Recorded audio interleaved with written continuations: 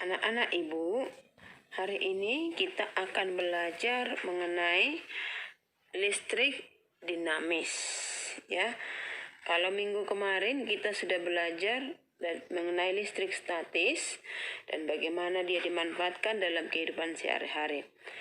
Silahkan kalian simak video ini untuk mengetahui bagaimanakah listrik dinamis dalam arus listrik.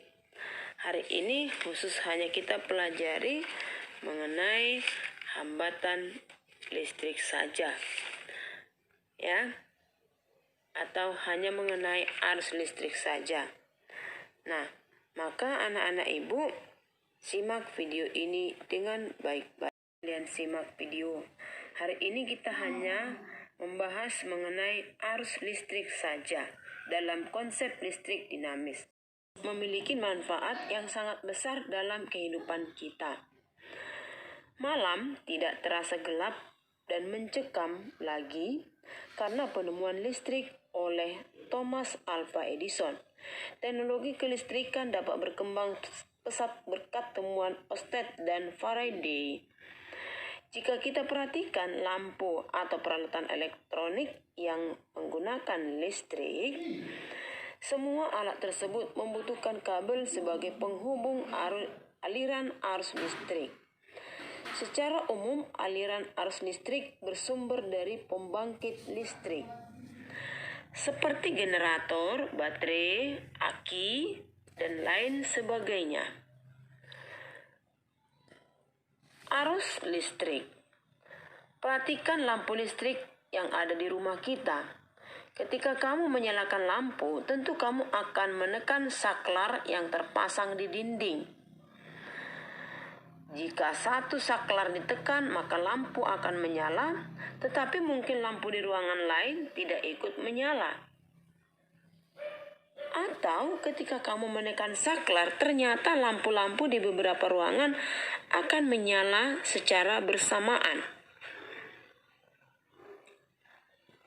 Kalau kamu menghubungkan lampu dengan sumber listrik dengan menggunakan kabel, artinya kamu telah membuat sebuah rangkaian listrik. Pada rangkaian listrik tertutup atau saklar tertutup atau posisi on, arus listrik akan mengalir. Arus listrik mengalir karena pada ujung-ujung rangkaian ada beda potensial listrik yang diberikan oleh baterai sebagai sumber tegangan. Ujung kawat penghantar yang memiliki banyak elektron atau terhubung dengan kutub negatif baterai dapat dikatakan memiliki potensial listrik yang rendah. Sedangkan ujung kawat penghantar lainnya yang memiliki sedikit elektron atau terhubung dengan kutub positif baterai dapat dikatakan memiliki potensial listrik yang positif. Arus listrik mengalir dari potensial tinggi ke potensial yang rendah. Sedangkan arah aliran elektron dari kutub negatif ke kutub positif. Pada rangkaian listrik tertutup, besar arus listrik yang mengalir pada rangkaian dapat ditentukan dengan menghitung besar muatan listrik yang mengalir pada rangkaian setiap detiknya. Hal ini karena besar arus listrik yang mengalir dalam satu rangkaian tertutup sebanding dengan besarnya muatan listrik yang mengalir pada setiap detiknya.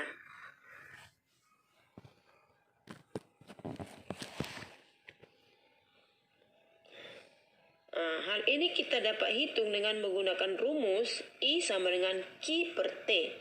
Dengan ketentuan I arus listrik atau satuannya adalah ampere, Q muatan listrik satuannya coulomb, sedangkan T adalah waktu satuannya sekon atau detik.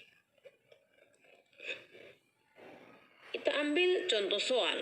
Arus listrik sebesar 5 mA mengalir pada suatu kawat penghantar selama 0,1 sekon. Berapakah besarnya muatan? Nah, kita tulis diketahui. I sama dengan 5 mA atau 0,005 ampere. T sama dengan 0,1 sekon.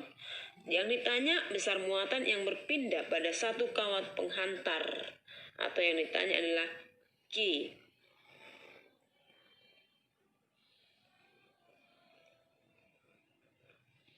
Nah, hal ini dapat kita hitung dengan menggunakan rumus, ya, dengan cara menjawab besar muatan listrik atau I sama dengan Q per T. Q sama dengan I kali T, maka sama dengan 0,005 ampere kali 0,1 skon sama dengan 5 kali 10 pangkat minus 4 coulomb. Jadi besar muatan yang berpindah pada suatu kawat penghantar adalah 0,5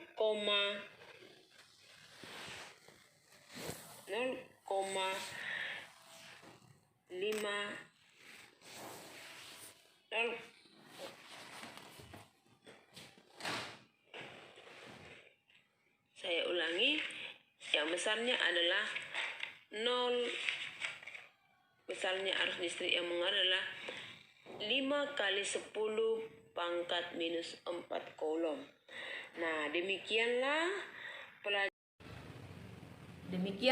pelajaran kita untuk siang hari ini. Jangan lupa tetap semangat, pelajari berulang-ulang, buat dalam buku catatan kamu supaya pelajaran kita lebih mantap ke depannya. Selamat siang, salam sehat, sekian dan terima kasih.